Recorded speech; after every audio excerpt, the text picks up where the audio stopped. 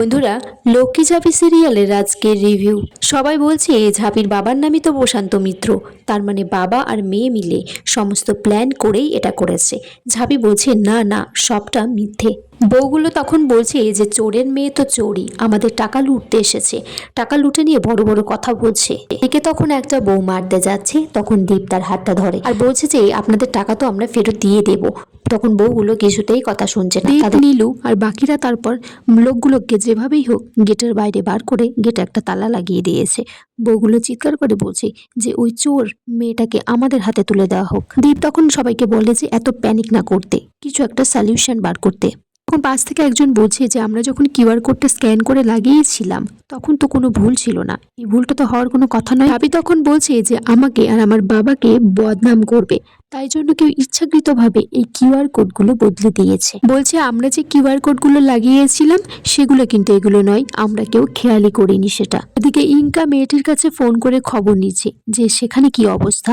মেয়েটি বলছে যে টাকা লুট করে মেয়েটি বলছে যে টাকা লুট করার অপরাধে ঝাঁপিকে নিয়ে সবাই টানাহাসটা করছে। ঝাঁপি তো আজকে মেরেই ফেলবে মনে হচ্ছে। ইনকার মা বলছে যে আমি যে আজকে কি খুশি বেটা, ফাইনালি আজকে ঝাঁপির এই অবস্থা করতে পেরেছি।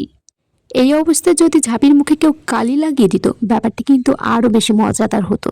ব্যাংকে নীলু ঝাঁপিকে বলছে যে তুই এক্ষুনি কাকুকে ফোন করে সবটা জানা, তাদেরকে বল বাড়ি থেকে পালিয়ে যেতে, না হলে কিন্তু ওরা বাড়ি থেকে হামলা করবে। ঝাঁপি তারপর তার বাবাকে ফোন করে জানায়, বলে যে কেউ আরডিকে ব্যাংকের কিউআর কোডের ব্যাংকের লিঙ্কটা তোমার লিঙ্কের সাথে ব্যাংকের যোগ করে দিয়েছে, টাকা তোমার অ্যাকাউন্টে গিয়ে ঢুকছে বাবা, তাই তো মানুষজন খেপে গিয়ে আমাদের ব্যাংকে এসেছিল, তোমরা এক্ষুনি বাড়ি থেকে বেরিয়ে যাও। ঠিক কিন্তু লোকগুলো তখনই বাড়িতে হামলা দিয়েছে, বলছে দরজা খুলুন। ঝাঁপিদের বাড়িটা তারপর আগুন দিয়ে পুড়িয়ে দেওয়া হয়। এদিকে ঝাঁপির মা বাবা, দীপরা আর দীপের বাবা সবাই থানায় এসেছে। দীপের বাবা বলছে কিছুদিনের জন্য তাহলে আমাদের বাড়িতে থেকে যা। ঝাঁপি বলছে আমি থাকবো নাই বাবা, যতক্ষণ তোমার ছেলে আমাকে সরি না বলবে। দীপ বলছে সরি আমি বলবো না, কিন্তু তুমি একটা কাজ করতে পারো, আমাদের বাড়িতে থেকে ভাড়া দিতে পারো, ভাড়াটিয়া হিসেবে থাকতে পারো। ঝাঁপি তারপর তার বাবা মাকে নিয়ে দীপের বাড়িতে যায়। তখন দীপের মা বলছে তুই তো বলেছিলি যে এই বাড়ির চৌকাঠ বেরোবি না। তখন দীপের বাবা বলে ওরা আমাদের বাড়িতে ভাড়াটিয়া হিসেবে থাকবে, দীপের বউ হিসেবে নয়।